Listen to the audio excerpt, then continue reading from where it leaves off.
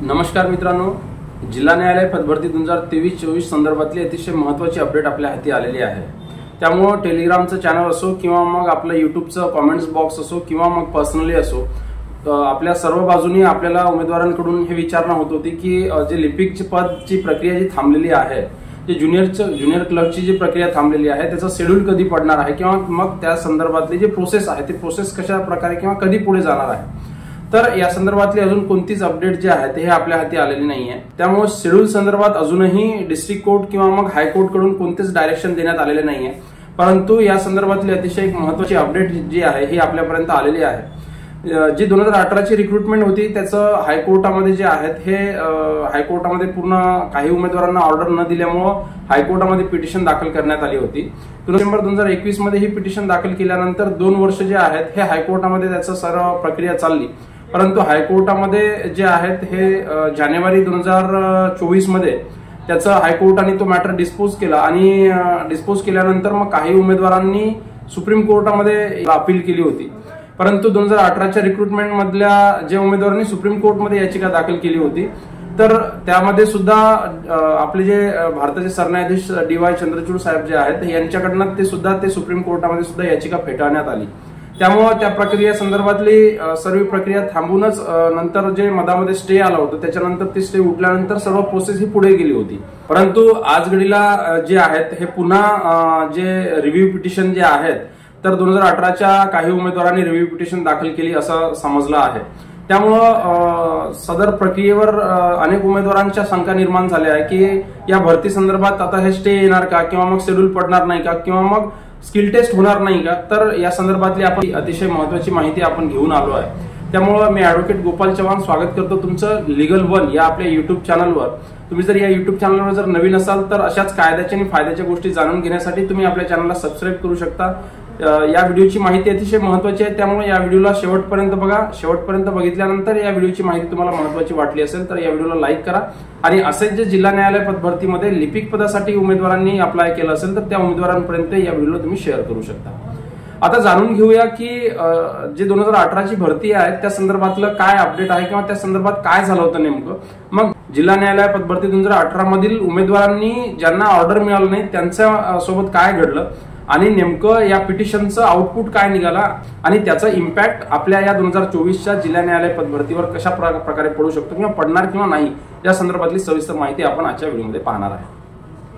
2018 मध्ये सुद्धा 8,900 समथिंग पदांची ही जाहिरात आली होती। तर 2018 मध्ये जवळपास पूर्ण 35 जिल्ह्यामध्ये 35 डिस्ट्रिक्ट कोर्टमध्ये ही जाहिरात प्रसिद्ध झाली होती आणि 2018 मध्ये सर्व प्रक्रिया होऊन शिपाई, स्टेनोग्राफर आणि लिपिक पदांसंदर्भातली सर्व प्रक्रिया घडून फायनल यादी हे जाहीर करण्यात आली होती। आता फायनल यादी जाहीर केल्यानंतर काही जिल्ह्यांमध्ये जे आहेत हे स्टेनोग्राफरचे जे रिक्रुटमेंट आहे ते पूर्ण प्रकारे जे पद ज्या जाहिरातीमध्ये दिलेल्या पदांची पूर्ण पूर्तता भरल्या गेली। त्यानंतर लिपिक पदांची आणि शिपाई पदांची अनेक जे उमेदवार आहेत ते उमेदवारांची फायनल लिस्ट लावल्यानंतर जे अंतिम यादी आहे ती अंतिम यादी प्रसिद्ध केली आणि जशा पद्धतीनं डिस्ट्रिक्ट कोर्टामध्ये जागा वॅकंट होत होत्या तशा पद्धतीनं त्या लिस्टमधले काही उमेदवारांना ऑर्डर हे एक 1 बाय 1 किंवा मग सिरियल नंबरनुसार हे ऑर्डर मिळत होती। अशा प्रकारे मधामध्येच 2019-20 मध्ये कोविड-19चा जो जागतिक महामारी आली त्यामुळं कोविड-19 मुळे पूर्ण कोर्टाच्या प्रक्रिया हे ठप्प झाल्या होत्या। फक्त काय 30-40% जे कोर्टमध्ये जे सर्व प्रक्रिया आहेत ते सुरू होत्या। त्यामध्ये अनेक उमेदवारांची जे फायनल लिस्ट मधल्या ज्या उमेदवारांना आहेत ते ऑर्डर मिळण्यासाठी थोडंसं उशीर झाला।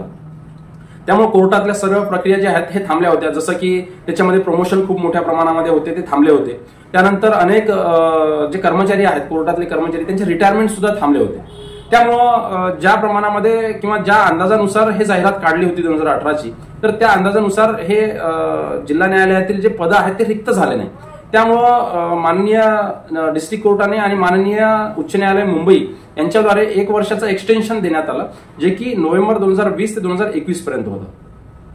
आता या कालावधीमध्ये सुद्धा काही प्रमाणामध्ये जे ऑर्डर आहेत किंवा जे जागा जशा प्रकारे जिल्हा न्यायालयामध्ये रिकाम्या झाल्या त्या प्रमाणामध्ये त्या अंतिम यादीतून उमेदवारांना ऑर्डर देण्यात आली। तर अशा 1 वर्षाच्या एक्सटेन्शन नंतर सुद्धा पूर्ण महाराष्ट्रातील जवळपास 26-27 जिल्ह्यांमधून काही उमेदवार जे आहेत हे शिपाई पदांचे राहिले होते आणि काही उमेदवार हे लिपिक पदांचे राहिले होते। तर अशा उमेदवारांना आता एक्सटेन्शन संपल्यानंतर 1 वर्षाचं एक्सटेन्शन मिळून त्यांना त्यांच्या पदावर रुजू केले जाईल अशी सामान्य उमेदवारांची ही अपेक्षा होती आणि त्यांचं असं मनामध्ये समज होतं. कारण जिल्हा न्यायालयामध्ये ज्या उमेदवारांची अंतिम यादीमध्ये नाव होतं ते सर्व प्रक्रिया पार करून त्या उमेदवारांची अंतिम यादीमध्ये निवड झाली होती. त्यामुळं त्या उमेदवारांना न्यायालयाद्वारे ऑर्डर देणं किंवा मग नियुक्ती देणं हे अपेक्षित होतं. कारण याच्यामध्ये पहिला उमेदवार जर त्या प्रक्रियेतून गेला असेल आणि त्याला जर ऑर्डर मिळत असेल तर त्याच प्रक्रियेतून जाणाऱ्या शेवटच्या उमेदवारांचं सर्व प्रक्रियेतून गेल्यानंतरही अंतिम यादीमध्ये जर नाव समावेश जर असेल तर तो उमेदवार सुद्धा त्या नियुक्तीसाठी पात्र आहे आणि त्या नियुक्तीसाठी तेवढंच न्यायबल आहे. 2018ची जी अंतिम यादी प्रसिद्ध झाली होती त्याच्यामध्ये स्पष्ट नमूद होतं की सदर यादी ही 2 वर्षापर्यंत वैध राहील आणि सदर भरतीमध्ये सिलेक्ट आणि वेट अशा कोणत्याच याद्या हे प्रसिद्ध करण्यात आल्या नव्हत्या. जसं की 2023-24च्या भरतीमध्ये सिलेक्टची यादी वेगळी आणि वेटिंगची यादी वेगळी अशा 2 याद्या प्रसिद्ध करण्यात आल्या आहेत. तसंच 2018च्या भरतीमध्ये कोणतीच यादी सिलेक्टची यादी वेगळी आणि वेटिंगची यादी वेगळी अशी कोणतीच प्रकारची यादी नव्हती. त्यामुळं 2018च्या भरतीमध्ये एकच यादी होती सिलेक्ट ऑब्लिक वेट. त्यामुळे 2018च्या भरतीमधले जे उमेदवार आहेत तर त्या उमेदवारांना ऑर्डर मिळणं हे अपेक्षित होतं. परंतु माननीय उच्च न्यायालय मुंबई यांच्याद्वारे 1 वर्षाचे एक्सटेन्शन दिल्यानंतर 2021 मध्ये जी यादी आहे ती यादी तिथून रद्द करण्यात आली आणि समोरची भरती प्रक्रिया घेऊन सदर रिक्त पदे भरण्यात येईल असे डायरेक्शन देण्यात आले. त्यामुळे उरलेल्या उमेदवार जे काही संपूर्ण महाराष्ट्रातील जे 27-28 जिल्हा न्यायालयातील उमेदवार शिपाई पदाचे आणि लिपिक पदाचे राहिले होते अशा उमेदवारांना साहजिकच वाटणं अपेक्षित आहे की समोरच्या व्यक्तीला तुम्हाला ऑर्डर देण्यासाठी ते पात्र असेल तर मग ज्या उमेदवारांना नियुक्ती मिळाली नाही ते उमेदवार सुद्धा नियुक्तीसाठी पात्र आहेत. त्या उमेदवारांना सुद्धा नियुक्ती मिळणे अपेक्षित आहे. कारण ते उमेदवार सुद्धा सर्व प्रक्रियेतून पार केले आणि त्यानंतर त्यांनी 3 वर्ष ऑर्डरची वाट बघितली होती. त्यामुळे त्यांना सुद्धा नियुक्तीचे आदेश मिळणे हे अपेक्षित होते. परंतु माननीय उच्च न्यायालयाकडून असे डायरेक्शन आल्यानंतर संपूर्ण महाराष्ट्रातील जे उमेदवार राहिले होते अशा उमेदवारांनी सगळ्यांनी एकत्र येऊन बॉम्बे हायकोर्टामध्ये आपली एक रिट पिटिशन दाखल केली आणि त्याच्यामध्ये रिट पिटिशन दाखल केल्यानंतर ते 2 वर्ष प्रक्रिया चालली. त्याच्यामध्ये अनेक प्रक्रियेमध्ये अनेक स्टेजेस आले, अनेक स्टेप्स होते, अनेक जस्टिस बदलले, ज्यांच्याकडे अनेक मॅटर लावलं होतं ते अनेक बेंच बदलले. त्याच्यामुळे बऱ्याच वेळा तो मॅटर नॉट बिफोर मी झाला आणि खूप वर्ष म्हणण्यापेक्षा रिक्रुटमेंट प्रोसेसची जी न्याय प्रक्रियेची कालावधी असतो तो न्याय प्रक्रियेच्या कालावधीपेक्षा सुद्धा त्याला जास्त कालावधी मान्य उच्च न्यायालयांकडून घेण्यात आला आणि 2 वर्ष ती प्रकरण चालल्यानंतर त्याला माननीय जे उपाध्याय साहेब आहेत त्यांच्याकडून तो मॅटर 2 दिवस पूर्णतः ऐकून घेण्यात आलं आणि त्याच्यानंतर त्यांनी त्या प्रकरणावर त्यांनी निर्णय दिला की सदर ज्या ऍडमिनिस्ट्रेटिव्ह कमिटीने जो निर्णय दिला होता त्याच निर्णयाला मान्य उपाध्याय साहेबांनी तो निर्णय मान्य केला.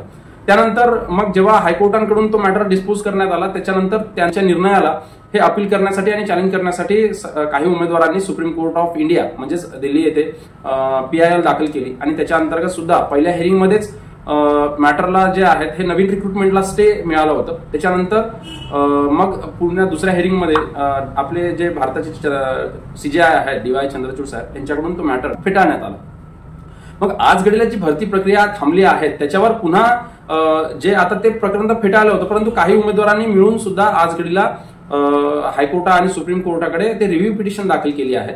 त्याच्यामुळे या भरतीवर काही परिणाम पडणार का तर या शंकांचं समाधान असं आहे की या भरतीवर कोणतेच परिणाम त्याचे पडणार नाही. सदर प्रक्रिया ही भिन्न आहे आणि 2018ची जी प्रक्रिया आहे त्याच्यावर रिव्ह्यू पिटिशन दिल्यानंतर त्याच्यावर जो निर्णय येईल तो निर्णय आल्यानंतर समोर काय करायचं ते ऍडमिनिस्ट्रेशन त्याच्यावर निर्णय घेईल. परंतु आज घडलेली जी प्रक्रिया लिपिक पदासाठी जी थांबलेली आहे तर त्या प्रक्रियेवर कोणतेच त्याचे परिणाम पडणार नाही. सदर न्यायालयीन भरतीची जी प्रक्रिया आहे ती अतिशय कॉम्प्लिकेटेड आहे. त्यामुळं आता हे मराठी स्किल टेस्ट त्याच्यानंतर इंग्रजी स्किल टेस्ट त्याच्यानंतर इंटरव्ह्यू जसं की शिपाई पदांची जी प्रक्रिया झाली ज्याप्रमाणे स्टेनोग्राफर पदाची प्रक्रिया झाली त्याचप्रमाणे लिपिक पदाची सुद्धा प्रक्रिया ही समोर होणार आहे. त्यामुळं उमेदवार ज्यांनी अप्लाय केला आहे त्या उमेदवारांना ताण घेण्याची कोणतीच गरज नाही. या व्यतिरिक्तही अनेक उमेदवारांना अशी शंका येत आहेत की टायपिंगच्या प्रॉब्लेम्स किंवा स्किल टेस्टचे ही प्रॅक्टिस करत असताना बऱ्याचशा अडचणी सुद्धा जात आहेत. त्याच्यासाठी आपण टेलिग्रामचा एक ग्रुप तयार केला आहे. तुम्ही ज्या उमेदवारांनी तो टेलिग्राम ग्रुप जॉईन केला नसेल तर त्या उमेदवारांनी तो टेलिग्राम ग्रुप जॉईन करून घ्यावा. त्याची लिंक मी तुम्हाला डिस्क्रिप्शन मध्ये देऊन देईल. यासोबतच आपण स्किल टेस्टसाठी आणि इंटरव्ह्यूसाठी काही सेशन्स तयार केले आहेत. ते युट्यूबला त्याचं एक डेमो सेशन आपण टाकलेलं आहे.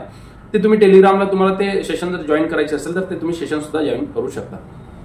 त्यामुळे जे काही अपडेट येईल अजूनपर्यंत कोणतेच शेड्यूल आलेले नाही. जिल्हा न्यायालयांकडून लवकरच शेड्यूल पडतील, ज्याप्रमाणे दिवाळीच्या नंतर सुद्धा हे शेड्यूल पडू शकतात किंवा मग उद्या सुद्धा पडू शकतात, कारण न्यायालयात संदर्भातली सर्व माहिती ही गुपित असते, कुणालाच माहिती नसते.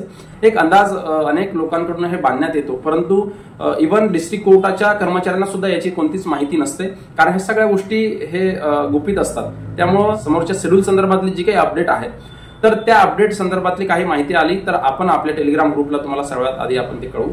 यासोबतच जे काही तुम्हाला अडचणी आहेत, प्रॉब्लेम्स आहेत, तुम्ही ते कॉमेंट्स बॉक्समध्ये सांगू शकता. जिल्हा न्यायालय संदर्भातली जे काही इंटरव्ह्यू किंवा मग स्किल टेस्ट संदर्भातली काही अडचणी असतील तर तुम्ही टेलिग्राम ग्रुपला सुद्धा तुम्ही त्या गोष्टी शेअर करू शकता, त्याच्यावर सुद्धा आपण समाधान करतो. या व्यतिरिक्त जर तुम्हाला काही अडचण असतील किंवा समोरच्या कोणत्या एखाद्या टॉपिकवर तुम्हाला व्हिडिओ जर हवा असेल तर तो व्हिडिओसाठी तुम्ही कॉमेंट्स बॉक्समध्ये तुमचं ते टॉपिक सजेस्ट करू शकता. आणि तुमचे जे समाधान जर झालं असेल तर या व्हिडिओची माहिती तुम्हाला जर महत्त्वाची वाटली असेल तर नक्कीच तुम्ही या व्हिडिओला लाईक करा. तुमचे जे कोणी मित्रमंडळी जर या जिल्हा न्यायालय पदभरतीमध्ये जर अप्लाय केलं असेल तर त्यांच्यापर्यंत सुद्धा हा व्हिडिओ तुम्ही शेअर करू शकता. आणि आपल्याला जुळून राहण्यासाठी तुम्ही आपल्या या लीगल वन या युट्यूब चॅनलला तुम्ही सबस्क्राईब करून घ्या, म्हणजे समोरचे जे काही महत्त्वाचे व्हिडिओ आपण आपल्या युट्यूब चॅनलद्वारे घेऊन येणार आहे त्याची नोटिफिकेशन तुमच्यापर्यंत येऊन जाईल.